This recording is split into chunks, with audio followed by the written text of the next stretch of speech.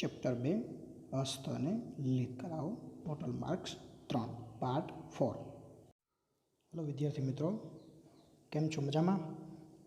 હવે ગયા લેક્ચરની અંદર ચેપ્ટર 2 આપણે ચાલુ હતું અને ચેપ્ટર 2ની અંદર આપણે સૌથી પહેલાં કાસ્ટ કલા વિશે જોયું હતું, તેની પછી આપણે જડતર કામ વિશે જોયું હતું, તેની પછી આપણી મોસ્ટ આઈએમપી કલા, બરાબર, અકીક કામ, તેના વિશે આપણે અભ્યાસ કર્યો હતો અને છેલ્લે બીજી એક મોસ્ટ આઈએમપી કલા જેનું નામ છે ચિત્રકલા, તો તેના વિશે આપણે અભ્યાસ કર્યો હતો।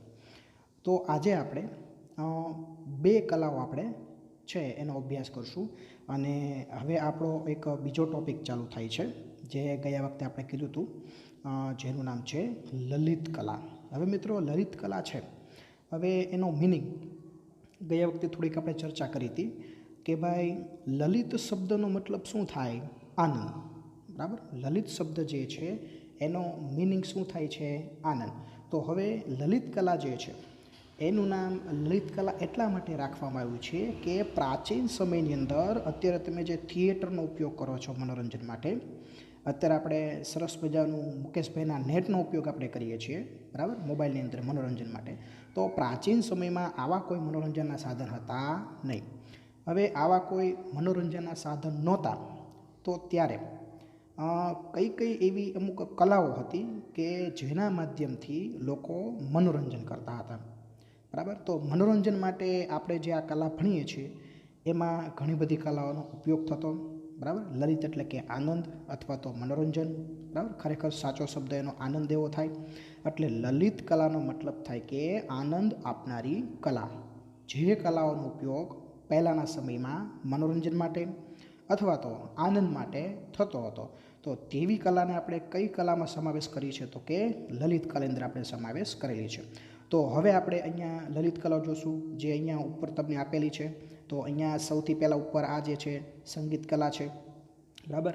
ત્યાર પછી સંગીત કલા જે છે એમાં આપણે સંગીતના, તમે જોઈ રહ્યા છો સ્ક્રીન ઉપર કે એના જે પ્રકારો છે, સંગીતના પ્રકારો, સંગીતમાં કેટલા રાગ આવે છે, પછી ઘણા બધા સંગીત શાસ્ત્રીઓ ઘણા બધા ગ્રંથો લખેલા છે, પણ અહીંયા આપણે 3 ગ્રંથો જે છે, જે સંગીતના મહત્ત્વના ગ્રંથો છે, તેના વિશે આપણે ચર્ચા કરશું। છેલ્લે થોડીક ઇતર જે માહિતી છે સંગીતની તેના વિશે અભ્યાસ કરશું અને ત્યાર પછી આપણે એક બીજી મનોરંજન માટે જે કલાનો ઉપયોગ થતો હતો, જે છે નૃત્ય કલા, તો આ નૃત્ય કલાની આપણે ચર્ચા કરશું। તો આજે આપણા લેક્ચરમાં આ બે કલાઓ જે છે એ બે કલાઓની આપણે ચર્ચા કરવાના છીએ। તો હવે આપણે શરૂ કરીએ છીએ સંગીત કલા। તો પહેલાં આપણે પહેલો જે કોમન પેરેગ્રાફ છે, બરાબર, એ કોમન પેરેગ્રાફ છે તેની આપણે ચર્ચા કરીએ છીએ। તો સૌથી પહેલું મિત્રો અહીં વાક્ય આપણને આપેલું છે, સ્ક્રીન ઉપર જોજો, ગાયન, વાદન અને નર્તન અનેકવિધ પાત્રોને વેશભૂષા ધારણ કરી કોઈ કથા પ્રસંગો ભજવવા, મતલબ કે નાટક કરવું, એ ભારતીય સંસ્કૃતિની શું છે? વિશેષતા છે। તો મિત્રો અહીંયા શું કીધું છે? ગાયનનો મતલબ શું થાય? કે ગાવું, આપણને બધાને ખ્યાલ છે ગાયનનો મતલબ શું થાય? ગાવું। વાદન, વાદન એટલે કે અલગ અલગ પ્રકારના વાદ્યો વગાડવા। આ ગાયન અને વાદન, આ બંને જે વસ્તુ છે એ કઈ કલાની અંદર આવે છે? તો કે એ સંગીત કલાની અંદર આવે છે। અને નર્તન, નર્તનનો મતલબ થાય નૃત્ય કરવું, જે આપણે આની પછીની જે કલા છે તેની અંદર આપણે એનો અભ્યાસ કરવાના છીએ। તો આ 3 વસ્તુ છે, એ 3 વસ્તુઓનો સંયોગ તમને નૃત્ય કલા, નાટ્ય કલાની અંદર જોવા મળશે, બરાબર। તમે કોઈ પણ નાટક જો, તો તમે જો પ્રાચીન સમયમાં જે નાટકો ભજવવામાં આવતા, બરાબર, બીજા શબ્દમાં કહીએ તો એને ભવાઈ એવું નામ આપેલું, ઘણા બધા નાટકો છે એ ભાવપ્રધાન નાટકો હતા, તો એ ભાવપ્રધાન નાટકો છે એ કયા નામથી ઓળખાતા? તો કે ભવાઈથી ઓળખાતા, જે આપણે આગળ ભણવાનું આવશે। તો એની અંદર તમે મિત્રો જો તો વચ્ચે વચ્ચે ક્યાંક ગાવાનું આવે, વગાડવાનું તો આવે જ, બરાબર, નાટકની અંદર જ્યાં જ્યાં ગાવાનું આવે ત્યાં સંગીતના સાધનો તો બધા હોય જ, અને સાથે સાથે વચ્ચે વચ્ચે કોઈ કોઈક જગ્યાએ નૃત્ય કરવાનું પણ આવે। તો આ ગાયન, બીજું છે વાદન અને ત્રીજું છે નર્તન એટલે કે નૃત્ય કરવું। આ 3 વસ્તુઓનો જે સમાવેશ છે, આ 3 વસ્તુ એ શેની અંદર સમાવેશ થાય છે? તો કે એ નાટ્ય કલા, મતલબ કે નાટકની અંદર સમાવેશ થાય છે। આ જે નાટક કલા જે છે એ નાટક કલા આપણી ભારતીય સંસ્કૃતિની શું છે? વિશેષતા છે, બરાબર। જો એના આપણને ઉદાહરણ અહીંયા આપેલા છે, જે હાલની અંદર લોકડાઉનની અંદર, બરાબર, રામાયણ નામની સિરિયલ તમે જોતા હશો, બરાબર. મહાભારત નામની સિરિયલ તમે જોતા હશો તો આ એક પ્રકારનું શું છે, નાટક છે. જો અહીંયા આપણને આપેલું છે કે ભાઈ રામાયણ છે, મહાભારત જેવા જે મહાન ગ્રંથો છે અને અન્ય ભારતીય સાહિત્યના આધારે મનોરંજન સાથે લોક સંસ્કાર આપવાનું કાર્ય લાંબા સમયથી ભારતમાં ચાલતું આવ્યું છે, જેનો ઊંડો અભ્યાસ રસપ્રદ છે. તો મિત્રો, આપણા પ્રાચીન મહાન ગ્રંથો, બરાબર. પહેલું આપણને કીધું છે રામાયણ, બીજું કીધું છે મહાભારત. તો અહીંયા આપણને એવું કહેવા માગે છે કે આ આપણા એવા પ્રાચીન ગ્રંથો છે કે જે સંસ્કારોના મુખ્ય સ્ત્રોત છે, બરાબર. જ્યાંથી ઘણા બધા સંસ્કારો માટે થઈને રામાયણના અમુક ભાગ, બીજું મહાભારતના અમુક ભાગ એ લઈ અને એના આધારે આખું નાટક બનાવવામાં આવે છે, બરાબર. અને એ નાટકથી આપણા ભારતની અંદર, બરાબર, સંસ્કારો આપવા સાથે સાથે મનોરંજન આપવું, આ જે કલા જે છે એ લાંબા સમયથી આપણા ભારતમાં કેવી છે, પ્રચલિત છે, બરાબર. મહાભારતના અમુક ભાગ, રામાયણના અમુક ભાગ, એમાંથી નાટકો બનાવવા, એમાંથી અલગ અલગ પ્રકારના નૃત્ય બનાવવા અને એ નાટકો કે નૃત્યો છે એના પરથી શું આપવાનું, તો કે સંસ્કાર આપવા. સ્ટેજ ઉપર પહેલાંના સમયમાં, અત્યારે આપણે તો સિરિયલમાં જોઈએ છીએ, ટીવીની અંદર, પણ પ્રાચીન સમયમાં આ જે રામાયણ અને મહાભારતના અમુક ભાગ ઉપરથી આખા નાટકો બનાવવામાં આવતા અને એ નાટકો સ્ટેજ ઉપર ભજવાતા અને એમાંથી લોકોને બે વસ્તુ મળતી, એક તો સંસ્કારો મળતા અને બીજું છે થોડું ઘણું મનોરંજન મળતું, બરાબર. તો હવે આ બધું તો પ્રાસ્તાવિક વાત થઈ મિત્રો. આમાંથી તમારે આ જે ઉપર અહીંયા જે આ માહિતી આપેલી છે એમાંથી તમારે કાંઈ અહીંયાથી માહિતીમાંથી પૂછાવાનું નથી.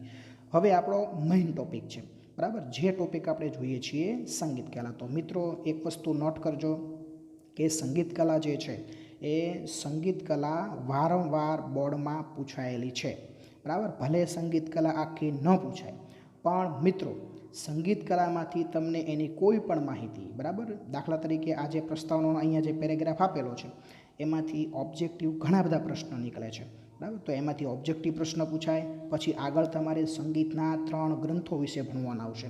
તો એ જે 3 ગ્રંથો છે એમાંના 3 ગ્રંથોમાંથી અલગ અલગ સ્વતંત્ર કોઈ પણ ગ્રંથ વિશે પણ તમને માહિતી પૂછાઈ શકે છે. તો હવે આપણે પહેલાં સંગીત કલાની કોમન માહિતી જોઈએ.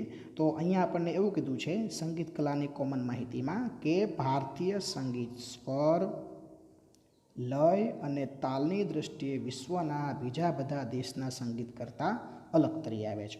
તો મિત્રો, અહીંયા આપણને કહેવા એવું માગે છે કે આપણા ભારતનું સંગીત 3 દૃષ્ટિએ, પહેલું છે સ્વર, બીજું છે લય અને ત્રીજું છે તાલ.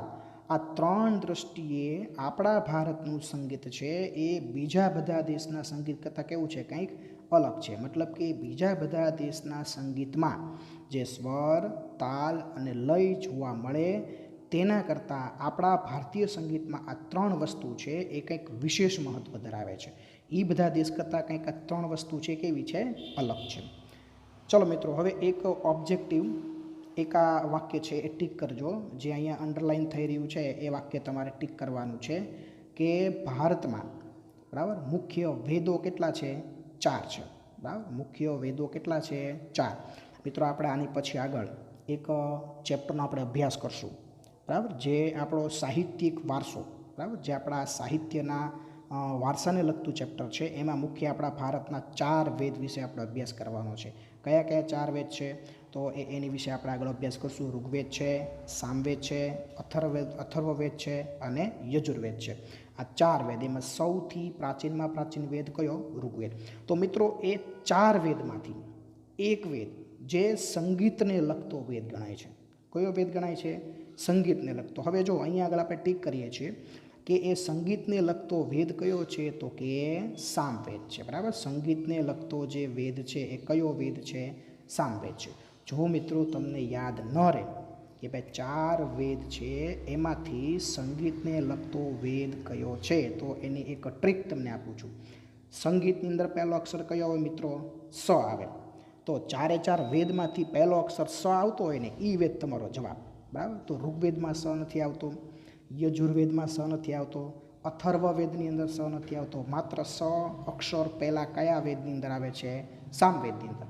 તો સંગીતમાં પણ સ આવે છે અને સામવેદમાં પણ સ આવે છે. આ રીતે આખું જોડકું જે છે તમારે યાદ રાખવાનું છે. તમને ઓબ્જેક્ટિવમાં પ્રશ્ન પૂછાય કે નીચેનામાંથી સંગીતને લગતો વેદ કયો છે. નીચેનામાંથી સંગીતને લગતો વેદ કયો છે? તો મિત્રો તમારે જવાબમાં શું લખવાનું છે? સામવેદ. હવે આગળ, સામવેદની ઋચાઓ પણ સંગીત સાથે તાલબદ્ધ રીતે ગાવાની હોય છે. ઋચા એટલે કે મંત્રો, આપણી ભાષામાં કહીએ તો શ્લોક. બરાબર, ઋચાનો મતલબ શું થાય? મંત્ર. જો આપણી ભાષામાં કેવું હોય તો શ્લોક. તો સામવેદની અંદર જેટલા શ્લોક છે, જેટલા મંત્રો છે, એ તાલબદ્ધ રીતે ગાવામાં આવે છે. બરાબર, મતલબ કે એના જે શ્લોકો છે એ સંગીતના તાલબદ્ધ રીતે ગાવામાં આવે છે. તો એનો મિનિંગ શું થયો કે એમાંથી તમે જો એ ઋચાઓને ગાવા માટે આપણે કઈ કલાનો ઉપયોગ કર્યો? તો કે સંગીત કલાનો ઉપયોગ કર્યો. ચાલો હવે આગળ, એની પછી આપણને કીધું છે સંગીતમાં ગાયન અને વાદન બંનેનો સમાવેશ થાય છે. બરાબર, હવે મિત્રો આમાંથી તમને એક પ્રશ્ન પૂછાય, સંગીતના ભાગ કેટલા? બરાબર, અહીંયા બંનેનો સમાવેશ થાય છે એવું કીધું છે, પણ ખરેખર સંગીતના ભાગ છે. બરાબર, તમે કોઈ પણ જગ્યાએ તમને સંગીતનો શોખ હોય તો ઘણી જગ્યાએ સંગીતના ક્લાસીસ ચાલતા હોય છે. તો એ જે ક્લાસીસ ચાલતા હોય છે એ મુખ્યત્વે કેટલા ભાગમાં વહેંચાયેલા હોય છે? 2 ભાગમાં વહેંચાયેલા હોય છે. બરાબર, તમને જો ગાવાનો શોખ હોય તો તમે એના સ્પેશિયલ ક્લાસ ચાલતા હોય છે, તે તમે જોઈન કરી શકો છો. જો તમને કોઈ પણ વાદ્ય વગાડવાનો શોખ હોય તો એના માટે વાદનના ક્લાસ ચાલતા હોય છે. બરાબર, હાર્મોનિયમ વગાડવું, બરાબર, જેને આપણે કીબોર્ડ કહીએ છીએ. બરાબર, પછી તબલા વગાડવા, બરાબર, ઢોલક વગાડવું. બરાબર, તો આ બધા જે વગાડવાના જે વાદ્યો છે, જે સંગીતમાં આપણને સહાયક બને છે, તો એના અલગ ક્લાસ હોય છે. જે આખો વિભાગ છે એ શેમાં આવે છે? વાદનમાં આવે છે. તો મિત્રો ફરીવાર એક વખત રિવિઝન કરીએ. સ્વર, તાલ અને લય, આ ત્રણની દૃષ્ટિએ ભારતનું સંગીત છે એ બીજા બધા દેશના સંગીત કરતાં કેવું છે? કંઈક અલગ છે. બીજો ટોપિક તમારે યાદ રાખવાનો, સંગીતને લગતો ગ્રંથ કયો છે? તો કે સામવેદ છે. તો તમારે બીજો એક ટોપિક યાદ રાખવાનો છે. ત્રીજો ટોપિક યાદ રાખવાનો છે, સંગીતના મુખ્ય ભાગ કેટલા છે? તો કે 2 ભાગ છે. પહેલો છે ગાયન અને બીજો ભાગ છે વાદન. હવે મિત્રો જેના વિશે આપણને ખબર છે, બરાબર, સંગીતના રાગો કેટલા છે? તો સંગીતના ટોટલ રાગો છે સા, રે, ગ, મ, પ, ધ અને ની. આ મુખ્ય જેને 7 સ્વર કહેવાય. શું છે સંગીતના 7 સ્વર? સા, રે, ગ, મ, પ, ધ અને ની. બરાબર, તો ટોટલ સંગીતના સ્વર કેટલા છે આવું તમને પૂછાય. બરાબર, MCQમાં પૂછાય અથવા તો કોઈ ઓબ્જેક્ટિવમાં પૂછાય તો તમારે કેટલા સ્વર યાદ રાખવાના છે? તો કે 7. સંગીતના મુખ્ય પ્રકાર, બરાબર, એમાં શાસ્ત્રીય સંગીત અને બીજો પ્રકાર કયો કીધો છે અહીંયા સ્ક્રીન ઉપર તમે જોજો, લોક સંગીત. બરાબર, એ ભાગમાં વહેંચી શકાય છે. બરાબર, પહેલાં આપણે સંગીતના 2 ભાગ જોયા હતા કે સંગીતના અલગ અલગ આમ પેટા તમે જુઓ તો એના 2 પ્રકાર પડી જાય છે, ગાવું અને વગાડવું. હવે સંગીતની અંદર, બરાબર, જે ગાયન છે એની અંદર પણ પાછા તમે જુઓ તો 2 પ્રકારનું ગાયન છે. ઘણું બધું સંગીત એવું છે કે જે શાસ્ત્રીય સંગીત છે, ને ઘણું બધું સંગીત એવું છે કે જે લોક સંગીત છે. બરાબર, જે અલગ અલગ સ્વર પ્રમાણે, નિયમો પ્રમાણે જે સંગીત ગાવામાં આવે છે એ મિત્રો કયા વિભાગની અંદર આવે છે? શાસ્ત્રીય સંગીતની અંદર આવે છે. બરાબર, તમારા ગુજરાતની અંદર ઘણા બધા કાવ્યો છે, બરાબર, જે લોકગીતો છે, જે લોકો દ્વારા ગવાયેલા છે. તો આ જે લોકગીતો છે એ કયા વિભાગની અંદર આવે છે? તો કે એ લોકસંગીતની અંદર આવે છે. અને સંગીતના મુખ્ય રાગો કેટલા છે? તો કે 5 છે. બરાબર મિત્રો, આ રાગો 5 છે એ તમારે યાદ રાખવાના છે. કયા કયા છે? તો કે પહેલું છે શ્રી, બીજું છે દીપક, ત્રીજું છે હિંડોળ, ચોથું છે મેઘ અને પાંચમું છે ભૈરવી. તો આ 5 સંગીતના શું છે? રાગો છે. અને અહીંયા જો મિત્રો કીધું છે કે આ 5 રાગો છે એ ભગવાન શંકરના પંચમુખીથી ઉત્પન્ન થયા હોવાનું મનાય છે. જો મિત્રો એક વસ્તુ યાદ રાખજો, ઉત્પન્ન થયા હોવાનું માનવામાં આવે છે. ઉત્પન્ન થયા છે એવું નથી કીધું. શું કીધું છે? ઉત્પન્ન થયા હોવાનું માનવામાં આવે છે. પ્રાચીન ભારતીય સંગીત સંબંધી ઘણા બધા ગ્રંથો લખાયેલા છે. બરાબર, દાખલા તરીકે સંગીત મકરંદ છે, સંગીત રત્નાકર છે, સંગીત પારિજાત છે. આ બધા સંગીતના ગ્રંથો લખાયેલા છે. તો આની સિવાય પણ ઘણા બધા ગ્રંથો છે. પણ આ બધાની આપણે ચર્ચા અહીંયા કરવાની નથી. અહીંયા માત્ર ને માત્ર આપણે કેટલા ગ્રંથો જોવાના છે? 3 ગ્રંથો જોવાના છે. કેટલા ગ્રંથો જોવાના છે? 3. તો ફરીવાર આપણે આ એક અગત્યનો પેરેગ્રાફ છે તેની આપણે ચર્ચા કરી લઈએ. પહેલું વાક્ય, સ્વર, તાલ અને લય આમની દ્રષ્ટિએ બીજા બધા દેશ કરતાં આપણું ભારતનું સંગીત અલગ તરી આવે છે. સંગીતને લગતો ભેદ કયો? સામે જો મિત્રો હું કીવર્ડ રિવિઝન કરું છું, માત્ર હું કીવર્ડ છે એનું રિવિઝન કરું છું. માત્ર ને માત્ર તમારે એટલા કીવર્ડ છે એ ખાસ યાદ રાખવાના છે. પહેલું, સ્વર, તાલ, લય બીજા દેશ કરતાં ભારતનું સંગીત અલગ. બીજું, સંગીતને લગતો વેદ કયો વેદ છે? તો કે સામવેદ. એની પછી સંગીતને કેટલા ભાગમાં વહેંચી શકાય? 2. પહેલું ગાયન, બીજું વાદન. એની પછી સંગીતના સ્વરો કેટલા? 7. જો પહેલાં 2 આવ્યું પછી 7 આવ્યું. પહેલાં 2માં શું આવે? ગાયન, વાદન. 7માં શું આવે? સા, રે, ગ, મ, પ, ધ અને ની. આ 7 શું છે? સંગીતના સ્વરો છે. પહેલાં 2 પછી 7. હવે આવશે સંગીતના મુખ્ય કેટલા ભાગમાં વહેંચી શકાય? તો કે લોકસંગીત અને શાસ્ત્રીય સંગીત. 2, 7, 2 અને હવે આવશે 5. હવે 5 આવે એની અંદર શું 5 તમારે વસ્તુ યાદ રાખવાની છે? તો કે સંગીતના મુખ્ય રાગો શ્રી, દીપક, હિંડોળ, મેઘ અને ભૈરવી. આ 5 સંગીતના મુખ્ય શું છે? રાગો. તો મિત્રો 2, 7, 2, 5 પહેલાં 2માં લોકસંગીત પહેલાં 2ની અંદર આપણે આવશે ગાયન અને વાદન. પછી આવશે 7, સા, રે, ગ, મ, પ, ધ, ની. પછી 2ની અંદર પાછું આવશે શાસ્ત્રીય સંગીત અને લોકસંગીત. અને એની પછી પાછું આવશે 5, શ્રી, દીપક, હિંડોળ, મેઘ અને ભૈરવી. બરાબર. તો આ રીતે તમારે આ જે પેરેગ્રાફ છે બરાબર એની અંદર તમારે આ રીતે યાદ રાખવાનું છે. તો મિત્રો હવે આપણે સંગીતના જે ગ્રંથો છે તો એ ગ્રંથોની આપણે ચર્ચા કરીએ છીએ. જો અહીંયા આપણને અલગ અલગ પ્રકારના સંગીતના વાદ્યોના આપણને સરસ મજાના ચિત્રો આપેલા છે. અહીંયા જો તમે રુદ્રવીણા બરાબર પ્રાચીન સમયમાં એનો ઉપયોગ થતો, વીણા જે છે બરાબર એનો ઉપયોગ થતો, તો આમાં રુદ્રવીણા કેવી હોય એનો આપણને ફોટો આપેલો છે. એની પછી નીચે તમે જુઓ તો અહીંયા તમે નીચે આ ફોટો તમે જોઈ શકો છો બરાબર. સિતાર કેવું હોય તો જો અહીંયા સિતારનો આપણને ફોટો આપેલો છે, સિતાર એવું લખેલું છે. તાનપુરો બરાબર, તો જો તાનપુરો છે એનો આપણને ચિત્ર આપેલું છે બરાબર. પછી સારંગી જે છે એ કેવું છે? આ બધા વાદ્યો જો તમને લાગે છે એક સરખા બરાબર, પણ દરેકને વગાડવાની પદ્ધતિ કેવી છે? અલગ અલગ છે. પ્રાચીનમાં આ બધા વાદ્યો જે છે એનો સહાયક તરીકે ઉપયોગ થતો હતો. તો મિત્રો અહીંયા આગળ આ કોમન માહિતી આપણે કરીએ છીએ પૂરી. તો હવે સંગીતના ગ્રંથો વિશે આપણો અભ્યાસ કરવાનો છે બરાબર. સંગીતના આપણે ગ્રંથો વિશે આપણો અભ્યાસ કરશું. તો હવે સંગીતના ગ્રંથો વિશે આપણે અભ્યાસ કરીએ તો એમાં સૌથી મહત્ત્વનો આપણે પહેલો એક ગ્રંથ બરાબર જેના વિશે આપણે જોઈએ. મિત્રો સાવ ઇઝી છે બરાબર. માત્ર ને માત્ર 2 થી 3 ટોપિક મુદ્દા અલગ અલગ તમે યાદ રાખો એટલે આ ગ્રંથ તમને યાદ રહી જશે. તો સૌથી પહેલા ગ્રંથનું નામ છે સંગીત મકરંદ. પહેલો ગ્રંથ કયો છે? સંગીત મકરંદ. હવે જો સંગીત શાસ્ત્રના પંડિત જેનું નામ હતું નારદ, એને ઈસવીસન 900ની આસપાસ આ ગ્રંથ લખેલો છે બરાબર. અને એમાં 19 પ્રકારની વીણા અને 101 પ્રકારના તાલ એનું એમ શું કરેલું છે? એનું વર્ણન કરેલું છે. તો મિત્રો તમારે જો યાદ કેટલું રાખવાનું, સંગીત મકરંદ બરાબર. રચયિતા કોણ? તો કે નારદ નામના વ્યક્તિ. ક્યારે લખાણો? 900ની આસપાસ. જો મિત્રો અહીંયા ચોક્કસ આપણને સાલ આપેલી નથી. ઈસવીસન 900 જ એવું નથી કીધું બરાબર, એવું આપણને કીધું નથી. 900ની આસપાસ એટલે કે એની આસપાસની કોઈ પણ સમયમાં તેની રચના થઈ છે બરાબર. એટલે સાબિતી સાથે આપણને 100% સ્પષ્ટ માહિતી આપી નથી. તો પહેલું સંગીત મકરંદ, રચયિતા તો કે નારદ. ક્યારે રચાણો? 900ની આસપાસ. એમાં કઈ માહિતી લખેલી છે? તો કે 19 પ્રકારની વીણા અને 101 પ્રકારના તાલ બરાબર. મિત્રો આ ગ્રંથ બહુ મોટો હોય બરાબર. વીણા અલગ અલગ કેવી રીતે અલગ અલગ એના પ્રકારો છે વગાડવાના બરાબર. તાલ કેટલા છે એના પ્રકારો, એની ડિટેલમાં માહિતી બરાબર. એ બધી આ સંગીત મકરંદની અંદર છે એ આપેલી છે. ફરીવાર એક વખત રિવિઝન. સંગીત મકરંદ, રચયિતા કોણ? નારદ. કઈ સાલમાં?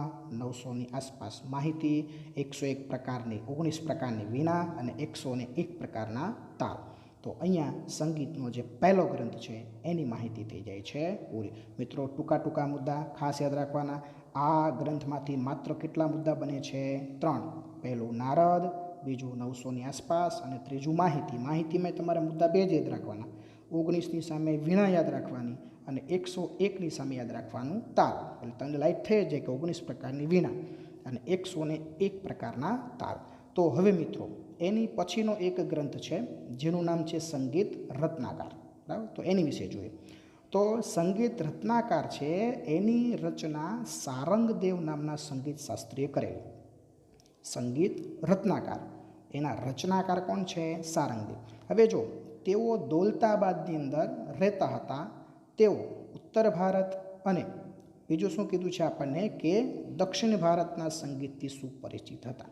હવે આપણને પ્રશ્ન એવો થાય કે ભાઈ એ રહેતા હોય ગમે ત્યાં આવે એની યાર આપણે શું લેવા દેવા? બરાબર, આપણે તો એના ગ્રંથ વિશે અભ્યાસ કરવાનો છે. બરાબર, એને કઈ માહિતી લખી છે, એ ગ્રંથ ક્યારે લખ્યો છે, બરાબર છે, એની યાર આપણે લેવા દેવા છે. હવે એ ગમે ત્યાં રહેતો હોય આપણે શું લેવા દેવા? પણ અહીંયા આગળ આ માહિતી એટલા માટે આપી છે, અહીંયા આપણને એક સ્પષ્ટતા કરી છે કે આ સારંગદેવ છે એ ક્યાં રહેતા હતા. તો આ તમે છે એ ખાસ યાદ રાખજો. બરાબર, આ તમને ઓબ્જેક્ટની અંદર પણ પૂછાય. તેનું નિવાસસ્થાન હતું દૌલતાબાદમાં. દૌલતાબાદ એટલે એવી જગ્યાનું નિવાસસ્થાન હતું કે જેથી કરીને તેને ઉત્તર ભારત અને દક્ષિણ ભારત બંને લાગુ પડે. મતલબ કે જેથી કરીને એ એવી જગ્યાએ એનું નિવાસસ્થાન એવી જગ્યાએ હતું કે જેથી કરીને તે ઉત્તર ભારત અને દક્ષિણ ભારત બંનેના સંગીતથી તેઓ કેવા હતા? પરિચિત હતા. બરાબર, એટલે આપણને અહીંયા એનું નિવાસસ્થાન આપેલું છે. હવે એવું કીધું છે કે વિષ્ણુ નારાયણ ભાતખંડે સંગીત રત્નાકરને ભારતીય સંગીતનો સૌથી પ્રમાણભૂત ગ્રંથ તે ગણાવે છે. બરાબર, હવે બીજું નામ આવ્યું. જો અહીંયા ખાસ યાદ રાખજો, તમને એવું પૂછાય કે ભાઈ આ જે ગ્રંથ છે સંગીત રત્નાકર એના રચયિતા કોણ છે? તો ભૂલે ચૂકે વિષ્ણુ નારાયણ ભાતખંડનું નામ લખાઈ જાય નહીં. બરાબર, ભૂલે ચૂકે વિષ્ણુ નારાયણ ભાતખંડનું નામ લખાઈ જાય નહીં. એમાં તમારે નામ શું યાદ રાખવાનું છે? સંગીત રત્નાકર. તો એની તમે રચયિતામાં નામ શું યાદ રાખવાનું છે? એ ટીક કરવું છે સારંગદેવ. શું યાદ રાખવાનું છે? સારંગદેવ. આ જે વિષ્ણુ નારાયણ ભાતખંડ છે એને તો માત્ર આ ગ્રંથનો શું કરેલો છે? અભ્યાસ કરેલો છે. અને એને અભ્યાસ કર્યો, એને સંગીતની બધી માહિતી જોઈ એટલે એને શું લાગ્યું કે ભાઈ આ ગ્રંથ તો સંગીતનો સૌથી કેવો છે? પ્રમાણભૂત ગ્રંથ છે. મતલબ કે આમાં જે સંગીતની જે માહિતી આપેલી છે એ સાચી, સચોટ અને અજોડ માહિતી છે. બરાબર, એવું એણે અભ્યાસ કરીને કીધું. એટલે તે જો છેલ્લે વાક્ય મેં કીધું છે કે સંગીતનો આ ગ્રંથ છે એ તમારે સંગીતના કોઈ પણ અંગોને સમજવા હોય તો એના માટે આ ગ્રંથ કેવો છે? બેજોડ છે. બેજોડ મતલબ કે મિત્રો એની તમને બીજી કોઈ જોડ મળે નહીં. બેજોડ એટલે શું થાય કે એની તમને બીજી કોઈ જોડ મળે નહીં. તો ફરીવાર મિત્રો રિવિઝન અગત્યનો મુદ્દો. સૌથી પહેલાં શોર્ટકટ કીવર્ડ એનું માત્ર રિવિઝન. ગ્રંથ કયો છે? રત્નાકર. એના રચયિતા કોણ છે? સારંગદેવ. ક્યાં રહેતા હતા? દૌલતાબાદમાં, એટલે ઉત્તર અને દક્ષિણ બંનેના સંગીતથી તેઓ કેવા હતા? તો કે પરિચિત હતા. એનો અભ્યાસ કોણે કર્યો આ ગ્રંથનો? તો કે વિષ્ણુ નારાયણ ભાતખંડ. બરાબર, દાળ ભાત ખંડ ન લખતા મિત્રો, એટલું યાદ રાખજો. ખાલી શું આવે? ભાતખંડ. બરાબર, એને આ ગ્રંથનો શું કર્યો છે? અભ્યાસ કર્યો છે. અને એને અભ્યાસ કર્યો એટલે એને આ ગ્રંથ વિશે સ્ટેટમેન્ટ જે આપણે કહીએ ને આપણી ભાષામાં, બરાબર, એને આ ગ્રંથ વિશે એવું કીધું કે ભાઈ સંગીતના જો બધા અંગોને સંપૂર્ણપણે સમજવા હોય તો આ ગ્રંથ કેવો છે? અજોડ છે, બેજોડ છે. આની કોઈ જોડ મળતી નથી. બરાબર, તો અહીંયા આગળ સંગીતનો જે બીજો ગ્રંથ છે એ બીજા ગ્રંથ વિશેની માહિતી થઈ જાય છે પૂર્ણ. તો અહીંયા આગળ બીજો ગ્રંથ પૂરો. હવે ત્રીજો ગ્રંથ આપણે જોઈએ. બરાબર, જેનું નામ છે સંગીત પારિજાત. ત્રીજો ગ્રંથ આપણે ભણીએ છીએ જેનું નામ શું છે? સંગીત પારિજાત. તો સૌથી પહેલાં એના રચનાકાર જો સ્ક્રીન ઉપર અહોબલે નામના વ્યક્તિ ઈસવીસન 1665માં ઉત્તર હિન્દુસ્તાની સંગીતની પદ્ધતિ માટે આ ગ્રંથની તેમણે શું કરી હતી? રચના. જો મિત્રો અહીંયા આગળ આપણને માહિતી આપી છે. બરાબર, સ્પષ્ટ માહિતી આપી છે, ચોક્કસ માહિતી આપી છે કે આ ગ્રંથની રચના ઈસવીસન 1665ની અંદર જ થઈ. તો એ સ્પષ્ટ માહિતી છે કારણ કે આના અભ્યાસ બાદ આની ચોક્કસ વિગતો જાણવા મળી છે એટલે આપણને એની માહિતી આપી છે. એના રચયિતા કોણ છે? તો કે અહોબલે નામના વ્યક્તિ. રચના ક્યારે થઈ? ઈસવીસન 1665. હવે મિત્રો વિદ્યાર્થીઓ ભૂલ ક્યાં કરે છે? આની અંદર વારંવાર માર્ક કરેલું છે. 1665ની જગ્યાએ 1965 લખે છે. 1665ની જગ્યાએ વિદ્યાર્થીઓ શું લખે છે? 1965. તો તમારે યાદ રાખવાનું 1665. શું યાદ રાખવાનું? 1665 યાદ ન રહે, 1665. બરાબર, એટલે 1665 ફિક્સ મગજમાં યાદ રહી જાય. 1965ની મિત્રો શું યાદ રાખવાનું છે? ઈસવીસન 1665. અને આ જે ગ્રંથ છે એ માત્ર આપણા ઉત્તર ભારતની અંદર જે સંગીતની પદ્ધતિ હતી, જે રાગો હતા, જે વાદ્યો હતા, બરાબર, જે સ્વરો હતા, એને લગતી માહિતી જે છે આ ગ્રંથની અંદર આપેલી છે. એટલે આ ગ્રંથ છે એ માત્ર ને માત્ર ઉત્તર ભારત એના સંગીતના અભ્યાસ માટે આ ગ્રંથ છે એ આપેલો છે. હવે અહીંયા તેમણે દરેક રાગ અન્ય રાગથી સ્વતંત્ર હોવાનું જણાવ્યું છે, સ્વતંત્ર અસ્તિત્વ ધરાવે છે અને દરેક રાગનું સંગીતમાં શું છે? મહત્ત્વ છે. બરાબર મિત્રો, આ જે અહોબલે જે છે એને પોતાના ગ્રંથમાં કીધું છે કે ભાઈ સંગીતની અંદર જેટલા રાગો છે એ બધા રાગો એકબીજાથી કેવા છે? સ્વતંત્ર છે. બરાબર, દરેક રાગ એકબીજાથી અલગ છે અને દરેક રાગનું સંગીતની અંદર શું રહેલું છે? મહત્ત્વ રહેલું છે. અને એને પોતાના ગ્રંથની અંદર 19 પ્રકારના સ્વરો, બરાબર, 29 પ્રકારના સ્વરો, એટલે પોતાના ગ્રંથની અંદર 29 પ્રકારના જે સ્વરો છે એ સ્વરોની માહિતી ડિટેલની અંદર એણે આપેલી છે. તો ફરીવાર એક વખત સંગીત પારિજાત સ્ક્રીન ઉપર જોતા જજો. શોર્ટકટ મુદ્દા, સૌથી પહેલાં તો રચયિતા તો કે અહોબલે. ક્યારે રચના થઈ? તો કે ઈસવીસન 1665. ઈસવીસન 1665. માત્ર ને માત્ર અહીંયા કઈ સંગીતની પદ્ધતિ છે? તો કે ઉત્તર હિન્દુસ્તાની સંગીતની પદ્ધતિ. બરાબર, એટલે કે ઉત્તર ભારતની અંદર જે પ્રકારનું સંગીત હશે તે પ્રકારના સંગીતની બધી માહિતી તમને આ ગ્રંથની અંદર આપેલી છે. ત્યાર પછી એને એક સ્ટેટમેન્ટ, એક વાક્ય એ ગ્રંથમાં લખેલું છે કે ભાઈ દરેક રાગો સંગીતના એકબીજાથી કેવા છે? સ્વતંત્ર અસ્તિત્વ ધરાવે છે અને દરેક રાગોનું સંગીતમાં શું છે? મહત્ત્વ છે. અને પોતાના ગ્રંથની અંદર એણે 29 પ્રકારના સ્વરો જે છે એની માહિતી આપેલી છે. પોતાના ગ્રંથની અંદર 29 પ્રકારના સ્વરોની માહિતી આપેલી છે. તો અહીંયા આગળ સંગીતના 3 ગ્રંથો થઈ જાય છે પૂરા. બરાબર, પહેલો આપણે જે ગ્રંથ છે એ પહેલો આપણે ગ્રંથ ભીનાતા સંગીત મકરંદ. રચયિતા તો કે નારદ નામના વ્યક્તિ. રચના 900ની આસપાસ. 19 પ્રકારની વીણા, 101 પ્રકારના તાલ. બીજો ગ્રંથ આપણે ભીનાતા રત્નાકર. એના રચયિતા કોણ છે? સારંગદેવ. ક્યાં રહેતા હતા? દૌલતાબાદમાં. એટલે ઉત્તર અને દક્ષિણ બંનેના સંગીતથી કેવા હતા? પરિચિત. એ ગ્રંથનો અભ્યાસ કોણે કર્યો? તો કે વિષ્ણુ નારાયણ બાતખંડ. નોટ દાળ બાતખંડ, વિષ્ણુ નારાયણ બાતખંડ. એણે આ ગ્રંથનો અભ્યાસ કરીને એને કેવો ગ્રંથ કીધો? તો કે સંગીતના સંપૂર્ણ અંગોને સમજવા માટે આ ગ્રંથ કેવો છે? બેજોડ છે. પછી ત્રીજો ગ્રંથ ભીના સંગીત પારિજાત. બરાબર, રચનાકાર અહોબલે. રચના ક્યારે કરી? ઈસવીસન 1665ની અંદર. એણે આ ગ્રંથમાં એક સરસ મજાની વાત લખી છે કે ભાઈ સંગીતના દરેક રાગો એકબીજાથી કેવા છે? સ્વતંત્ર છે અને દરેક રાગોનું સંગીતમાં વિશેષ મહત્ત્વ રહેલું છે. અને એણે પોતાના ગ્રંથની અંદર 29 પ્રકારના જે આ સ્વરો છે એ સ્વરોની માહિતી આપેલી છે. તો એ તમારે ઓબ્જેક્ટિવ માટે યાદ રાખવાનું છે. તો મિત્રો અહીંયા આગળ આ સંગીતના 3 જે ગ્રંથો છે એની માહિતી આપણે કરીએ છીએ પૂરી. તો હવે થોડીક પાછી આપણને કોમન માહિતી આપીએ છીએ. બરાબર, અલાઉદ્દીન ખલજીના સમયમાં એક વ્યક્તિ થઈ ગયો અમીર ખુશરો. બરાબર, અલાઉદ્દીન ખલજીનું નામ તો તમે સાંભળેલું જ છે. બરાબર, એમાં તો કંઈ કહેવાની જરૂર નથી. બરાબર, સરસ મજાને એક મૂવી આવી ગયું. બરાબર, એની સાથે ટૂંકમાં આ નામ જોડાયેલું છે. તો અલાઉદ્દીન ખલજી એના સમયમાં એક વ્યક્તિ થઈ ગયો અમીર ખુશરો. બરાબર, આ જે અમીર ખુશરો છે ને એની વાત તમારે આગળ આવશે. બરાબર, ચોથા ચેપ્ટરમાં. બહુ મહાન વ્યક્તિ હતો. બરાબર, એટલી બધી એની પાસે કલા હતી, એટલો બધો તજજ્ઞ હતો એ વ્યક્તિ કે એને આપણા ભારતના ઇતિહાસમાં તૃતીય હિન્દ, બરાબર, એવું બિરુદ આપેલું. બરાબર, હિન્દનો પોપટ એવોનો મતલબ થાય. આપણને હસવાનું આવે, બરાબર, એવી ઉપમા કે ભાઈ આવી કઈ ઉપમા અપાય, પણ હિન્દનો પોપટ એટલે ઉપમા એને એટલા માટે આપેલી કે આપણે કેમ ઓલો પોપટ હોય, બરાબર. ઘણા પોપટ પઢાવેલા હોય, આપણે ગમે બોલીએ ને તો આપણી કોપી કરે, પટ સીધું બોલવા માંડે. તો એની જેમ અમીર ખુસરો છે ને એ સાહિત્યમાં એટલો બધો વિદ્વાન હતો કે ઘણા બધા ગ્રંથો પટ મોઢે બોલવા માંડતો, એટલો બધો તજજ્ઞ વ્યક્તિ હતો. તો એની આ વિશેષતાને ધ્યાનમાં રાખીને એને તૂતીય હિન્દનો પોપટ, બરાબર, એવું એક બિરુદ આપેલું. તો આ જે અમીર ખુસરો છે એના સંગીતને લીધે એને તૃતીય હિન્દ તરીકે ઓળખવામાં આવે છે. મિત્રો, આ એક વાક્ય નોટ કરજો, બરાબર. પહેલું વાક્ય અલાઉદ્દીન ખલજી, એના સમયમાં કોણ થઈ ગયું? અમીર ખુસરો. કયું બિરુદ આપેલું એને? તો કે તૃતીય હિન્દ, બરાબર. એક મુદ્દો પૂરો. બીજો મુદ્દો, 15મી અને 16મી સદી જે છે એને ભક્તિ આંદોલનની સદી કહેવાય. હવે મિત્રો, ભક્તિ આંદોલન એટલે શું?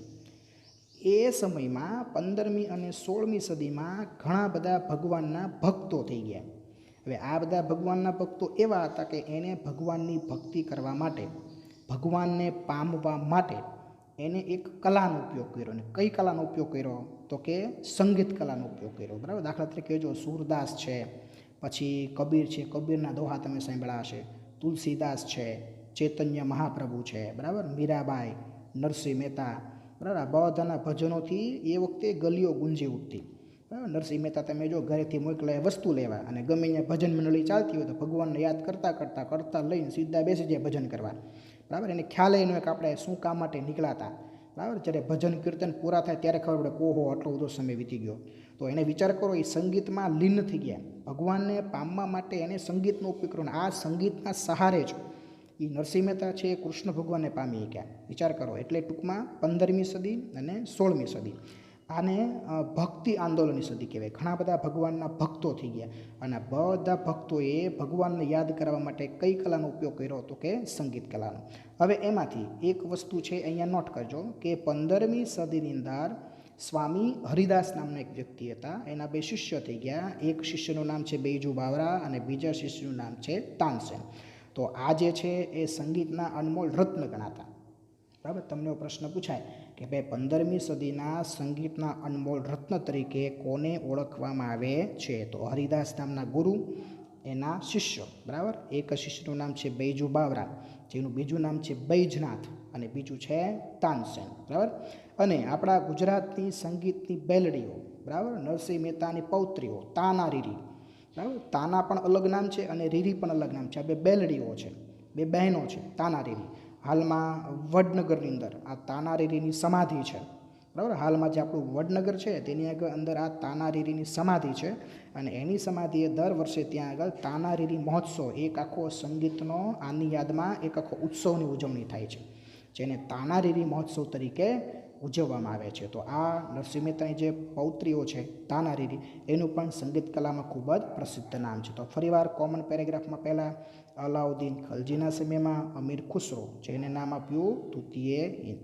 બીજું, 15મી અને 16મી સદી ભક્તિ આંદોલન. કયા કયા ભગવાનના ભક્તો થઈ ગયા? નરસિંહ મહેતા, મીરાબાઈ, તુલસીદાસ વગેરે વગેરે વગેરે. બસ 3 ઉદાહરણ લખવાના, બાકી ઉદાહરણની જરૂર નથી. એની પછી 15મી સદીમાં હરિદાસના શિષ્ય બૈજુ બાવરા અને તાનસેન, જેને સંગીતના અનમોલ રત્ન તરીકે આપણે ઓળખીએ છીએ.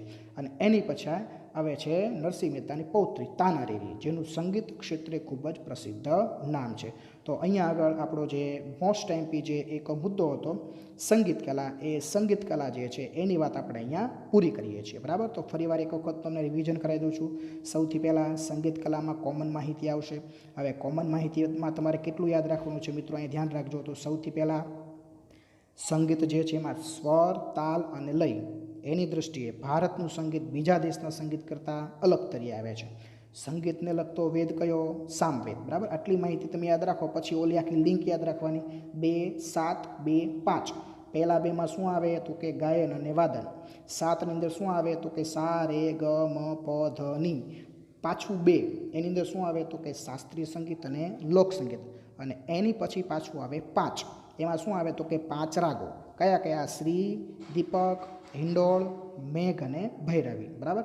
પહેલાં સ્વર, તાલ અને લયની દૃષ્ટિએ ભારતનું સંગીત બીજા દેશના સંગીત કરતાં અલગ તરી આવે છે. એની પછી જોઈએ આપણે સંગીતને લગતો વેદ સામવેદ. પછી 2, 7, 2, 5, બરાબર. પછી સંગીતના ઘણા બધા ગ્રંથો લખાણા, પણ એમાંથી આપણે કેટલા ગ્રંથો વિશે ભણવાનું છે? 3 ગ્રંથો. તો હવે 3 ગ્રંથો કયા છે? તો સૌથી પહેલાં સંગીત મકરંદ. રચયિતા કોણ? તો કે નારદ. બરાબર. રચના ક્યારે કરી તો કે 900ની આસપાસ, બરાબર. એને માહિતી તો કે 19 પ્રકારની વીણા અને 101 પ્રકારના તાલ. એની પછીનો ગ્રંથ આપણે કયો ભીણા તો કે સંગીત રત્નાકર. એના રચયિતા કોણ છે તો કે સારંગદેવ. હવે એ ક્યાં રહેતા હતા તો કે દૌલતાબાદમાં, એટલે ઉત્તર અને દક્ષિણ બંનેના સંગીતથી તેઓ કેવા હતા તો કે પરિચિત હતા. આ ગ્રંથનો અભ્યાસ કોણે કર્યો? વિષ્ણુ નારાયણ ભાતખંડે. અને એણે સંગીતનો સૌથી અજોડ અને સંગીતના અંગોને સંપૂર્ણપણે સમજવા માટે બેજોડ ગ્રંથ એને ગણાવ્યો, બરાબર. અને તેની પછી આપણે કયો ગ્રંથ ભણ્યા? સંગીત પારિજાત. તો સંગીત પારિજાતના રચયિતા કોણ? અહોબલે. રચના ક્યારે કરી? 1665. જો મિત્રો રચના ક્યારે કરી? સમય માત્ર 2 જ ગ્રંથમાં આવે છે, એક પહેલાની અંદર અને એક ત્રીજાની અંદર, એટલે કે પહેલો અને છેલ્લો. પહેલામાં 900ની આસપાસ હતું અને છેલ્લામાં શું છે? 1665.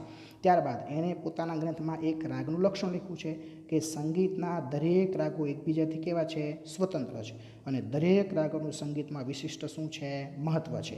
અને એને પોતાના ગ્રંથની અંદર સંગીતના ટોટલ કેટલા પ્રકારના સ્વરોની માહિતી આપી છે? 29 પ્રકારના. ત્યાર પછી પાછી આપણે કોમન માહિતી ભણી ગયા. અલાઉદ્દીન ખલજી, એના સમયમાં અમીર ખુશરો, બિરુદ તૃતીય હિન્દ. 15મી 16મી સદી ભક્તિ આંદોલનની સદી. ઉદાહરણ ચૈતન્ય મહાપ્રભુ, તુલસીદાસ, કબીર, મીરાબાઈ, નરસિંહ મહેતા વગેરે. 15મી સદીમાં હરિદાસના 2 શિષ્યો, બૈજુ બાવરા અને તાનસેન, બરાબર, જે સંગીતના અનમોલ રત્ન કહેવાય. અને તાનારીરી જે છે એનું પણ સંગીત ક્ષેત્રે ખૂબ જ મહત્ત્વનું પ્રદાન છે. તો મિત્રો અહીંયા આગળ આ સંગીત કલા જે છે એ સંગીત કલાની માહિતી પૂરી થાય છે. આજના લેક્ચરમાં આપણે 2 કલા ભણવી હતી, સંગીત કલા અને નૃત્ય કલા. પણ મિત્રો અહીંયા સંગીત કલા જે છે એ આપણે ડિટેલમાં ભણ્યા. હવે નૃત્ય કલા જે છે એ આપણે એની પછીના લેક્ચરમાં આપણે અભ્યાસ કરશો. તો મિત્રો આશા રાખું છું કે આ સંગીત કલા છે તમને સમજાઈ ગયો છે. અને આખી સંગીત કલા પોઈન્ટ વાઇઝ તમારે તૈયાર કરવાની છે. આમાં 3 ગ્રંથો છે, ખૂબ જ મહત્ત્વના છે. તો અહીંયા આગળ આપણે આજનો લેક્ચર પૂરો કરું છું. Okay, by.